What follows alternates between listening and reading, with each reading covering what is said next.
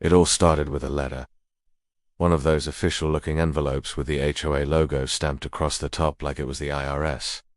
I didn't think much of it at first. I figured it was the usual newsletter about trash day changes or some neighbor's pet getting loose again. But when I opened it, what I found was so absurd, I had to reread it twice to believe it was real. They were fining me $170. Why? Because, apparently, my lawnmower was too loud for the neighborhood noise guidelines. The letter didn't come with any decibel readings, no date or timestamp, no name of the complaining neighbor, just a cold, neatly worded fine for creating mechanical disruption beyond permitted levels.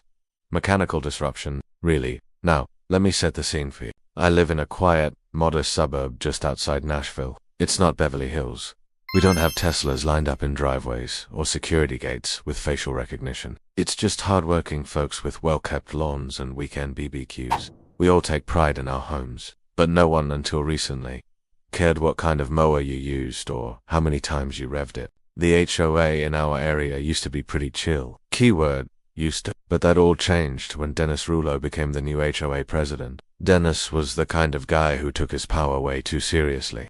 He'd gone from quietly walking his little Maltese around the block to pacing the streets like he was the commander of a suburban police state. Clipboards, phone, camera in hand, muttering code numbers from the HOA rulebook like he was quoting scripture. He didn't just enforce the rules, he lived for them. Now here's where it gets spicy. The lawnmower in question wasn't even a commercial model. It was a standard John Deere self-propelled mid-tier machine. Not exactly whisper quiet, sure, but not something that sounds like an airplane engine either. I'd used it for years, so had half the guys on my street. But, for some reason, Dennis had singled me out. I called the HOA to ask for clarification.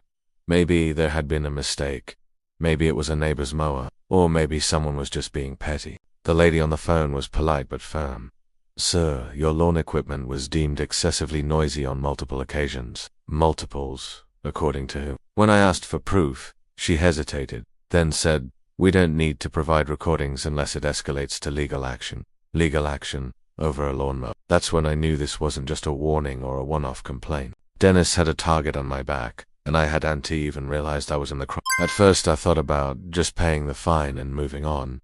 $175 isn't the end of the world. But it wasn't about the money, it was the principle. The idea that someone like Dennis could abuse his position to flex on residents with made-up rules. No evidence, and zero accountability. And I wasn't the only one. Over the next week I talked to 3 neighbors who had also received bizarre warnings from the HOA. One got a citation for a bird feeder being too colorful. Another got dinged for non-uniform garden edging. And my buddy Keith, he got warned for washing his truck too early on a Saturday morning. We were living under a petty dictatorship. One where lawn maintenance had become a battleground.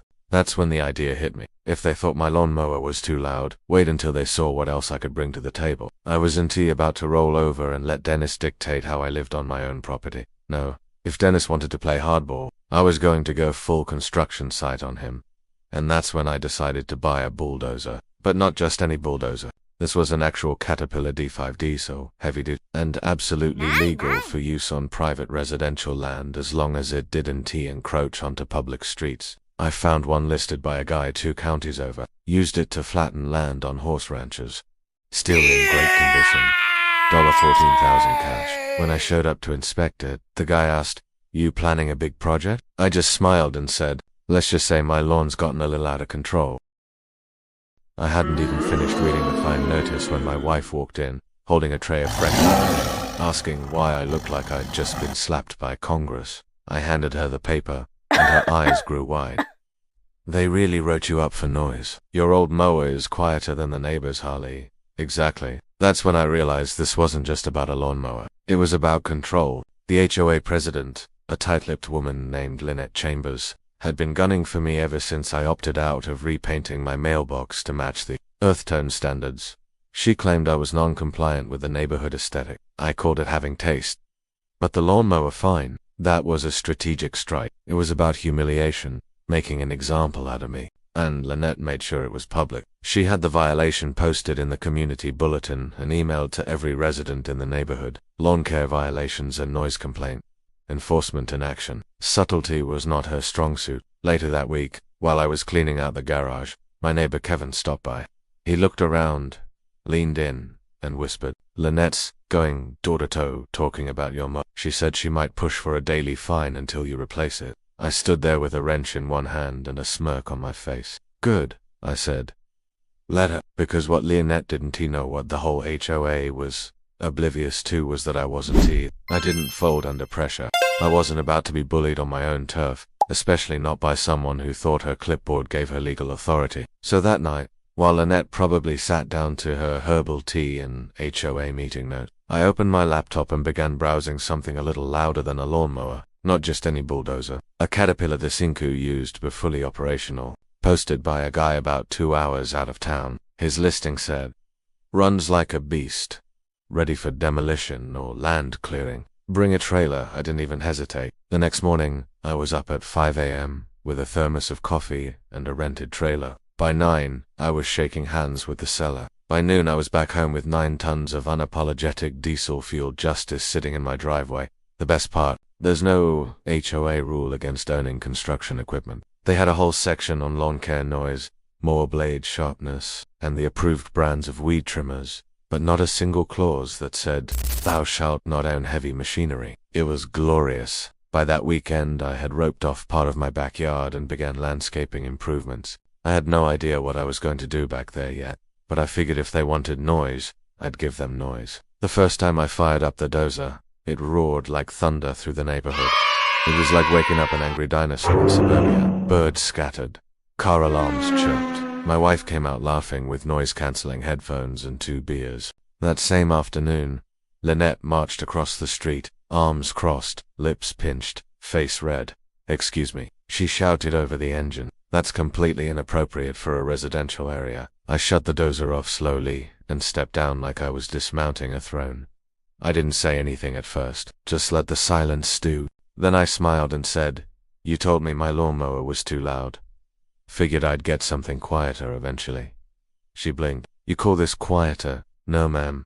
I call this escalation." She stomped off, muttering something about citations and legal action. But I could tell by her posture she was rattled. I knew I had her on the ropes. But this wasn't about the dozer anymore. It was about making a point. I will not be controlled on my own property. That week, half the neighborhood stopped by just to look at the machine. One guy even asked if I could help him dig a koi pond. Another offered to pay me to flatten some old hedges. It was like I became the unofficial demolition guy for our HOA community. And the irony, I was more helpful to the neighborhood than the HOA had ever been. Meanwhile, Lynette doubled down. She sent another violation notice, this time titled, "Disruptive Heavy Machinery Use, Pending Board Review." But here's the kicker. The bylaws have no clause about bulldozers, no decibel limit, no operating hours listed for construction equipment. She was swinging wildly, hoping something would stick. But I wasn't just holding my ground. I was flattening hers, metaphorically and literally. And what came next would make sure no HOA president ever forgot me. The day after I filed my appeal against the HOA's ridiculous fine, I walked out to my porch with a cup of coffee and froze. There, taped crudely to my mailbox, was another violation notice. This one for soil erosion caused by recent landscaping.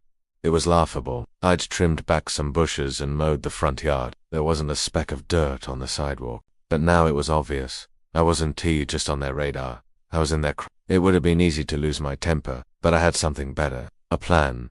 While the HOA thought they were boxing me in, they didn't realize they were pushing a man with a military background and an engineering degree. Someone who had learned long ago that the best revenge is done quietly, until it's loud enough to shake foundations. That afternoon, I made a phone call to a friend from my old construction days, someone who owed me a favor and happened to own a few pieces of heavy equipment. "For your yard, let's just say I want to get real serious about landscaping," I replied. He agreed to transport it over the following weekend. In the meantime, I started laying groundwork. Literally and legally. I researched my property lines, pulled county zoning records, and printed out satellite maps. Everything I did was by the book. No easements, no shared property lines, no HOA-owned utility areas near where I planned to clear. I wanted to make sure that, when the dust settled, or started flying IDB clean, because if there was one thing HOA Karen and her board were counting on, it was that I'd break a rule they could enforce. They didn't expect me to follow the rules so well they couldn't touch me. Saturday morning came, and so did the rumble of diesel power. The look on my neighbor's face as the flatbed rolled up with a bright yellow bulldozer was priceless. He came jogging over like he'd seen a UFO. "You serious, man?" he said, grinning. "You gonna tear down your house or build a moat?"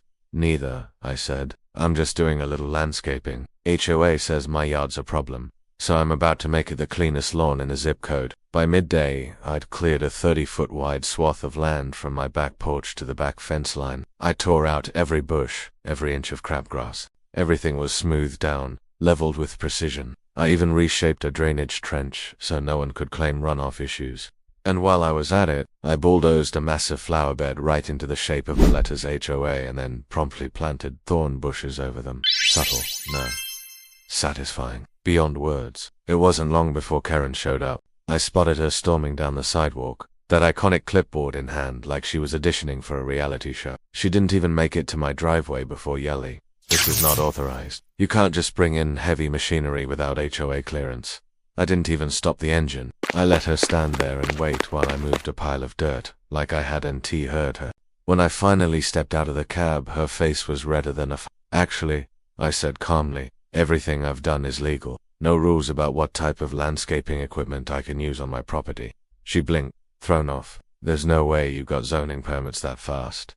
I did my research. This entire area is under county jurisdiction, not HOA development regulations. You can't enforce noise complaints on temporary use construction equipment during daytime hours. Her mouth opened, then closed. She looked genuinely stunned. "You're not going to get away with this," she spat. "Not trying to," I smiled. "I'm doing everything right in front of you." That's when she made her next move, calling the sheriff. I could see her on the phone while I walked back to the cab and kept working. 10 minutes later, a county sheriff's cruiser pulled up. But here's the best part. I already knew the deputy who stepped out. We'd worked together years ago on a volunteer storm recovery team. As soon as he saw me, he laughed. "Tom, this your mess?" "Yep," I said. "Apparently it's too loud for some people." He shook his head and turned to Karen. "Ma'am, what seems to be the issue?" She launched into a dramatic retelling, her hands flailing as she described the noise, the destruction, the reckless endangerment of the community. But the sheriff kept glancing back at the dozer and then at me. "Let me stop you there," he said. "He's on private property. The equipment is legal. Daylight hours, no codes being violated. But he's doing it just to provoke us." "Intentions don't break laws, ma'am," the deputy replied. "Only actions. And everything I see here checks out." Karen was speechless. For the first time since this war began, she had no leverage, no fine to write, no HOA rule to twist into a weapon. She turned and stomped off, clipboard trembling in her hands like a broken sword. But I wasn't done yet.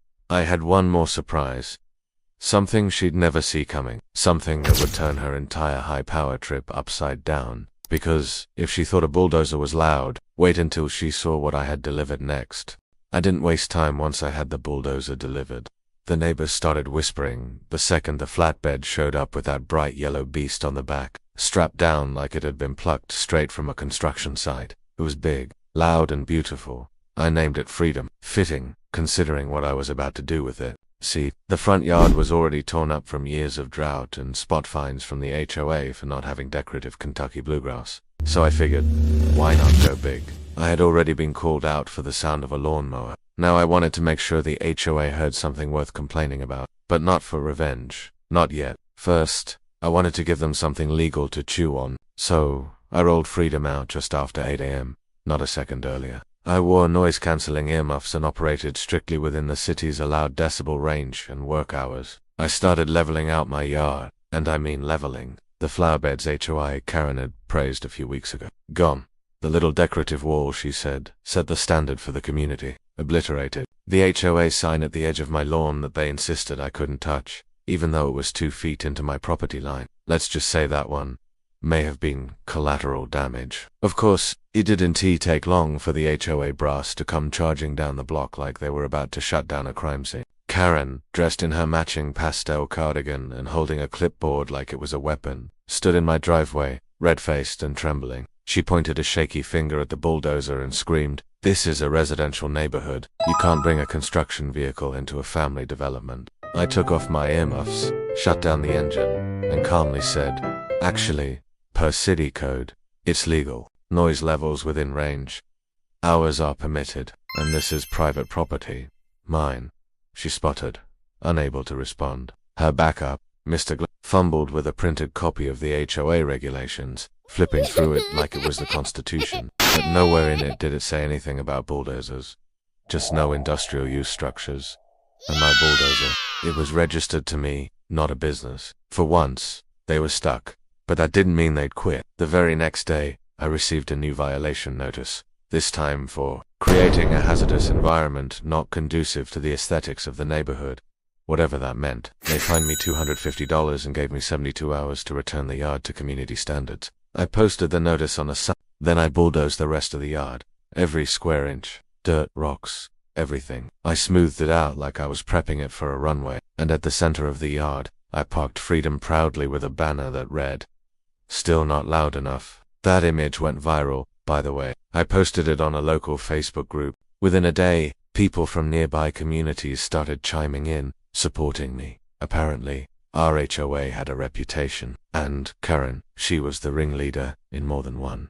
The irony. Karen's own yard wasn't compliant. A neighbor sent me photos of her back patio, which had a non-permitted fire pit, an above-ground pool without fencing, and garden gnomes that were technically a violation under the same code she cited for unapproved lawn decor. So I sent those pictures anonymously to the city code office. You could say the walls started closing in, but I wasn't done, because if the HOA wanted to keep playing the noise game, I was going to finish it in one move. And that move, well, it was bigger than even Karen's ego. Let's just say, the neighborhood was about to learn what too loud really meant. And this time, I wasn't just making noise, I was making headlines. I'll admit part of me thought the HOA would eventually back down. That, after the bulldozer, the viral Facebook post, and the exposure of Karen's own backyard violations, they'd slink away into damage control mode and let things cool off. But I underestimated how deep their pride ran, especially Karen's.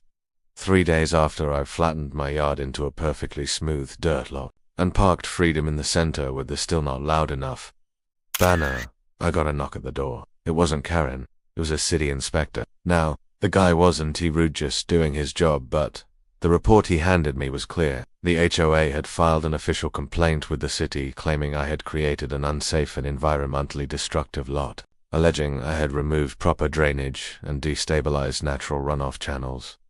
Ridiculous.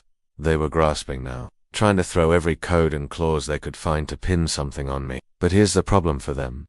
I knew the codes better than they did. I had a friend Tom who used to work for the city planning office, retired now. Real laid-back guy with a love for barbecue and petty revenge. He looked over the complaint and said, "This is a joke. You want to hit back? Let's make some noise."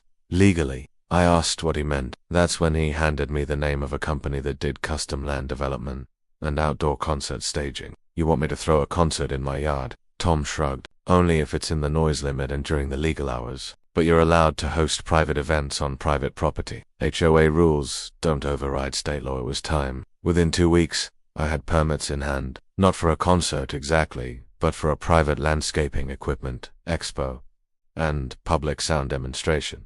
Which, yes, is a real thing when registered properly. I invited every lawn equipment manufacturer and landscaping company in a 50-mile radius, offered them free booth space and prime advertising in my yard, and on the morning of the event, my dirt yard was transformed into a full-blown outdoor showroom. Chainsaws, zero-turn mowers, hedge trimmers, backpack blowers, weed whackers, stump grinders all lined up in demonstration bays. Even Freedom was there, gleaming in the sun, positioned like a grand finale. We didn't just rev them up, we ran full demos, starting exactly at 8 a.m. and ending at 6 p.m.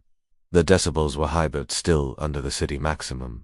The permits, all laminated and stapled to the HOA mailbox post just to rub it in. Fuming. Karen marched down with a police escort, claiming we were violating the peace. Too bad for her. The police had already been informed. The city was on, and by this point, several neighbors tired of the HOA's nonsense were openly laughing, drinking lemonade, and watching the Lawnmower Lollapalooza, as someone started calling it online. Karen screamed that she was calling the board. I smiled. "Please do. In fact, I already sent them their own invite." "Did you not get yours?"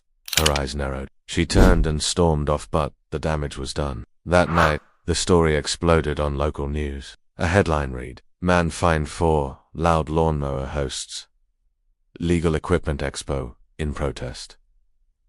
HOA goes silent." I was getting emails from folks across the country saying they wished they had the guts to pull that kind of stunt. But the real payoff came 2 weeks later. An envelope arrived in the mail. It was from the HOA board. Karen was being formally removed as chair. Turns out, the board had received dozens of complaints from both inside and outside the neighborhood about her conduct, bias, and misuse of authority. Better yet, they were suspending enforcement of noise-related fines, pending a full review. That wasn't just a win. That was a revolution. Karen put her house up for sale 3 months later. Patchy her once pristine. Her moving van blocked her own driveway for hours, while the neighborhood watched quietly, some even waving as she left. I parked Freedom out front as she pulled away, just for the photo op. Now, my yard is still a dirt lot, but I seeded it with native wildflowers. No mowing needed. Butterflies love it. The new HOA chair. A Vietnam vet named George who thinks Karen was 2 sunburns short of a breakdown. We get along great. And the next time someone dares fine me for a little noise, let's just say, Freedom still purrs like a tiger, and I've got all the permits ready, because the only thing louder than a lawnmower is a man who's had enough.